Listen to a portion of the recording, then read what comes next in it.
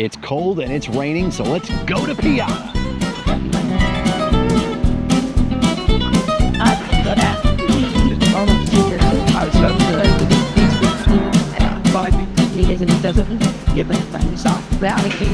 The whole concept behind PIADA was after Italian street food in Rimini, Italy. Even though I said we're coming in here because it's cold and rainy, it's delicious on a summer's day, which is a lot of what it looks like in Italy. And dough with fresh, beautiful ingredients on the inside that you can take, roll up, and walk around on the streets in Rimini, now available across the United States. PIADA started in 2010 by Chris Duty, who was the son of Sue Duty. Sue worked in this Columbus, Ohio establishment called Lindy's, one of the most famous restaurants in Columbus, Ohio.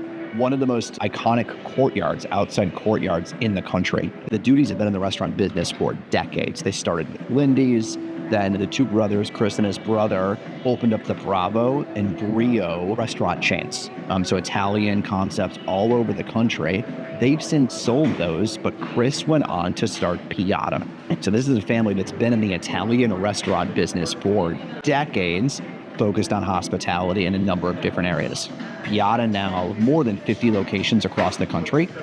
They're in Ohio where they started, Texas, we're in North Carolina right now. They're spreading like crazy, over 50 restaurants. They're opening more and more each year as the growth continues. And the goal for PIADA has always been, how do we maintain that same level of hospitality that Sue Duty provided in Lindy's in one restaurant in Ohio, that we can now across 50 plus locations and growing across the United States.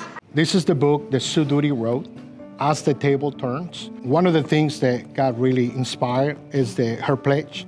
He said, from this day forward, every customer that comes within 10 feet of me, regardless of what I'm doing in this house, I'm going to look him in the eye, I'm going to greet him with a good afternoon or a good evening, or what can I do for you? So help me, Sue.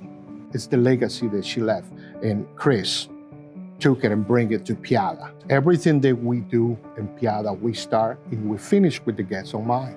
The brand, known for hospitality since all the way back at Lindy's, is where we originally got introduced to them to come in and help them scale what great hospitality looks like across the concept. So 3 years ago, we built with PIADA and rolled out the Food, Feel, and Flow, the F3 experience, a hospitality training program that's now been live at PIADA for 3 years. In a 6-month time frame from rolling out their hospitality program, their NPS scores across the enterprise increased by 50%. 2 and 3 years later, they've been able to maintain that. So they were hovering in the mid-50s from an NPS, and they've been in the 80-plus range for years now because they took a long-term approach to it. So they built it, they scaled it, and they maintained the system as they kept growing.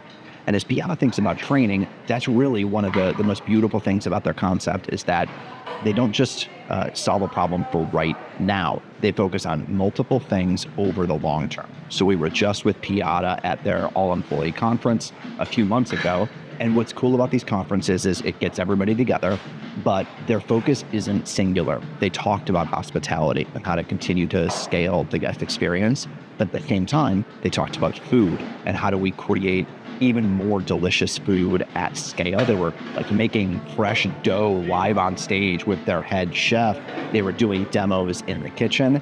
And then after that, we're talking about leadership development and selecting the right leaders. So there's this balance to everything of knowing that we've got to get a lot of things right. We have to provide a great, excellent guest experience. We've got to have delicious food, and we need an employee experience that's delivering on all fronts. What I appreciate is they get all of those things at the conference. They're talking about all of them. They understand that it takes years to bring these programs to life and bring the results to life, and they're willing to commit the time and energy to do that. Good, how are you? Good. Thank you very much. Good to see you too. Thank you very much. So awesome. Thank you. Also not afraid to have a little bit of fun, which is kind of great because we're in a restaurant environment. It doesn't have to be slides and boring content. They're not afraid to experiment a little bit. So PIADA has rolled out everything from crazy characters in their training like Captain Obvious and Miss Manners. I've been hit in the face for the snowball.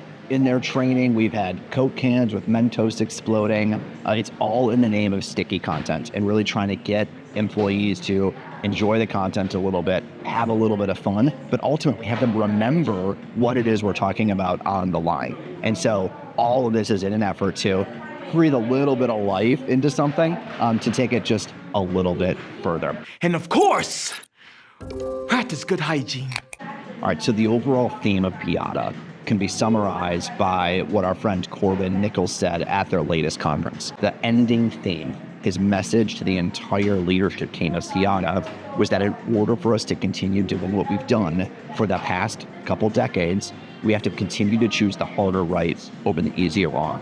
As so many times in our industry, there are easy outs. There are easy decisions to make, to cut corners, to skimp on the guest experience, to not have the best tasting food, to grow at a rapid rate because financiers tell us it's the right thing to do when you're going to make a boatload of money.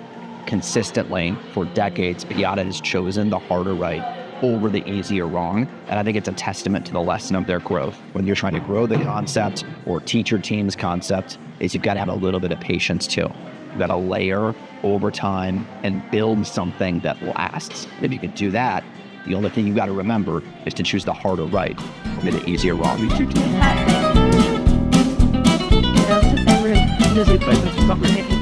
My wife says I need grains. I can't just eat pasta and PIADAs all day.